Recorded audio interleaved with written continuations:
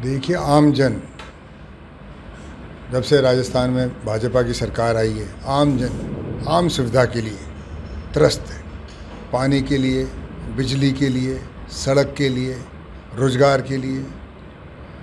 महंगाई बढ़ रही है, भ्रष्टाचार बढ़ रहा है, जनता की कोई सुनवाई नहीं हो रही। तो इन अधिकारियों को मैं इस कमेटी का चेयरमैन हूँ, दिशा कमेटी, उसकी मीटिंग ली और इनको ये कहा कि ये संवेदनशील बने, जनता की समस्याएं सुने और उनका अतिशीघ्र निराकरण करें। जनता इंतज़ार नहीं कर सकती है, इसलिए इनको निर्देश दिए हैं और मैं आशा करता हूं कि आने वाले समय में अगली मीटिंग से पहले सब अधिकारी जनता की सुनवाई करेंगे और जो उनके कार्य हैं विकास के, वो अतिशीघ्र पूरा करेंगे।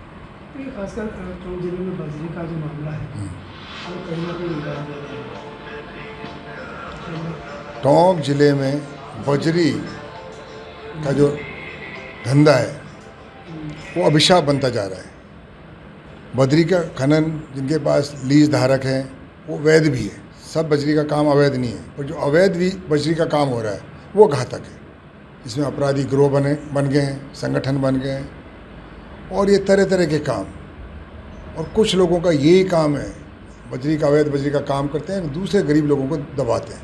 तो मैंने कलेक्टर और एसपी को अनुरोध किया है कि कृपया इस पर लगाम लगाएं, अन्यथा जनता में भारी आक्रोश है, वो आक्रोश किसी दिन फूटेगा। क्या इस बजरी खनन में कोई बीजेपी के नेता भी इन्वॉल्व है? क्या सरकार इसको लेकर ठीक से काम नहीं कर पाई? कौन इसमें लिप्त है उसके बारे में बहुत कम कहूँगा कि जो भी है सबको पता है, पर ये ज़रूर कहूँगा कि सरकार को रुकवाना पड़ेगा, सरकार का दायित्व है। और हाल जो आप कह रहे हैं कि कुछ नेता लिप्त हैं, ऐसा मैंने भी सुना है, पर चूँ मैं उसके बारे में कुछ कहूँगा नहीं। सरकारी मीटिंग है, सरकारी मीटिंग में आया हूँ, तो मैं किसी पे दोषारोपण नहीं करूँगा, पर जो मुख्य समस्या है अवैध बजरी का धंधा टोंक में पनप रहा है और इसको सरकार को रोकना चाहिए। विद्युत विभाग की और खनिज विभाग दोनों अलग अलग विभागों की कमेटियाँ हैं, उनके फंड हैं, उनको लेकर अधिकारियों से जब सवाल किया तो बदले था, क्या था उन कमेटियों को लेकर? पता ही नहीं किसी को, अधिकारियों को पता नहीं, पूछ कोई रहा नहीं। तो आप देखिए कितने निरंकुश हो गए अधिकारी। इनका जो कार्य है, सरकारी कार्य है, सरकार ने कमेटी बनाई, सरकार ने ड्यूटी दी, उसके बारे में पता नहीं। जिसको ड्यूटी के बारे में पता नहीं तो ड्यूटी करेगा क्या? तो मैं उसके अलग से मीटिंग लूँगा। मैंने कहा भाई आपके काम से मैं संतुष्ट बिल्कुल नहीं हूँ, 15 दिन फिर आऊँगा और फिर मैं आपकी अलग से मीटिंग लूँगा और मैं पूछूँगा इनसे जवाब। जिस तरह से बीजेपी सरकार नीट के परीक्षाओं का आयोजन करवा रही है और जिस तरह से एक के बाद एक पेपर लीक हो रहे हैं, हमारे युवाओं का भविष्य अंधकार में हो गया, हताश हो गए, बहुतों ने आत्महत्या कर ली, उनका समय बर्बाद हुआ, उनका पैसा बर्बाद हुआ और समय पर उनको नतीजा नहीं मिला। तो पूरे देश में एक माहौल है कि ये सरकार परीक्षा करवाने में सफल नहीं है, इनकी नीयत ठीक नहीं है, इनकी नीति ठीक नहीं है। राहुल गांधी जी को लेकर कई बार बीजेपी के नेता अलग अलग तरीके से बयान देते हैं। वो तो शुरू से ही कर रहे हैं, उनके पास खुद का तो बताने को है ही नहीं। अभी तो राहुल गांधी जी के लिए कह रहे हैं, कुछ दिन पहले नेहरू जी के लिए कह रहे थे, फिर इंदिरा जी के लिए कह रहे थे। सबका हिसाब मांगते हैं, खुद का हिसाब देते नहीं। जो लोग इस दुनिया में नहीं हैं उनका क्या हिसाब मांगोगे? तो इस तरह का इनका खुद की कमियों को छुपाने के लिए, खुद की नाकामियों को छुपाने के लिए दूसरे पर आरोप लगाते हैं, राहुल जी पे लगाते हैं। भारत की विदेश नीति फेल हो गई, हम दुनिया में अकेले पड़ गए, अलग थलग पड़ गए। पाकिस्तान उसमें समझौता करवा रहा है, पाकिस्तान मुख्य धारा में आ गया अंतर्राष्ट्रीय स्तर पे और हम एक कोने में हो गए। तो हमारी विदेश नीति असफल रही, हमारी विदेश नीति सफल नहीं है और इसमें हमारे देश को आने वाले समय में नुकसान होगा। वहाँ की जनता का, वहाँ के जनमत का अनादर है। जनता ने इसको वोट दिया, जिस नाम से वोट दिया उसका अनादर है, और जो लोग कर रहे हैं मैं मानता हूँ बहुत अच्छा नहीं है, इससे जनता और नाराज़ होगी। दूसरे राज्यों में भी इस तरह की चीज़ें चल रही है, तो क्या राजनीति को लेकर अस्थिरता बन गई है हिंदुस्तान में?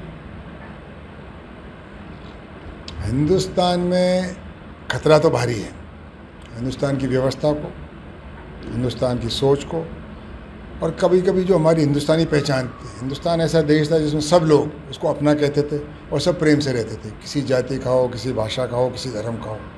अब ये विवाद खड़े हो गए नए नए, तो ये देश के लिए अच्छा नहीं है, व्यक्तियों के लिए और पार्टियों के लिए तो वो जाने, पर जो चीज़ हमारे देश के लिए ख़राब है वो किसी और के लिए अच्छी कैसे हो सकती है? तो ये चिंता का विषय है। हमको पार्टी दलगत राजनीति से उठ के देश के बारे में सोचना चाहिए। अगर जवाबदेही सरकार है, पारदर्शी सरकार है, संवेदनशील सरकार है तो उनको लेना चाहिए। इससे स्पष्ट हो गया कि इस सरकार को किसी से मतलब नहीं है, सिर्फ सत्ता से मतलब है। कर रहे हैं जिनको करना है। जो क्या कांग्रेस पार्टी को लेकर जो युवाओं का गुस्सा है, कहीं ना कहीं अब गृह युद्ध या अंदर खाने अस्थिरता ऐसी कोई चीज़ें लग रही है जो दूसरे देशों में कई जगह हुई। युवाओं के गुस्से को किसी को कम नहीं आंकना चाहिए। वो एक दिन का गुस्सा नहीं है, लंबे समय तक। और ये युवा हैं, इनमें जोश है और शिक्षित हैं, तो इनको पहचानना चाहिए इनका दुख क्या है। बांग्लादेश में क्या हुआ था आपने देख लिया, नेपाल में क्या हुआ था। जगह जगह युवा आक्रोशित हो रहे हैं, उद्वेलित हो रहे हैं। और मैं मानता हूँ उनकी दर्द को पहचाने और सरकार उनकी भावना को सुने, उनसे बैठ के बात करे। हर जगह ये कहते हैं हमने घर घर पानी पहुँचा दिया। आप हर घर का सर्वे कर लो, कहाँ पानी पहुँचा है। कहीं कुछ नहीं, सिर्फ नारों की सरकार है। उनको और गंभीरता से लेना चाहिए, जनता को गुमराह नहीं करना चाहिए। कहाँ सफलता मिली है वो जनता को बताए, कहाँ कमियाँ रही उसका आकलन करें, मूल्यांकन करें, उसमें सुधार करें। भजन लाल जी को मैं व्यक्तिगत रूप से जानता हूँ। ये मुख्यमंत्री नहीं बने तो उससे पहले से जानता हूँ, एमएलए नहीं बने तो उससे पहले से जानता हूँ। अच्छे इंसान हैं, इंसान के रूप में। अब नेता के रूप में कैसे हैं, मुख्यमंत्री के रूप में कैसे हैं, तो राजस्थान की जनता 2028 में फैसला करेगी। जैसा भी होगा नतीजा सामने आ जाएगा। कुछ योजनाएं जो चल रही है, क्या लग रहा है कि वाकई में लाभ मिल रहा है लोगों को?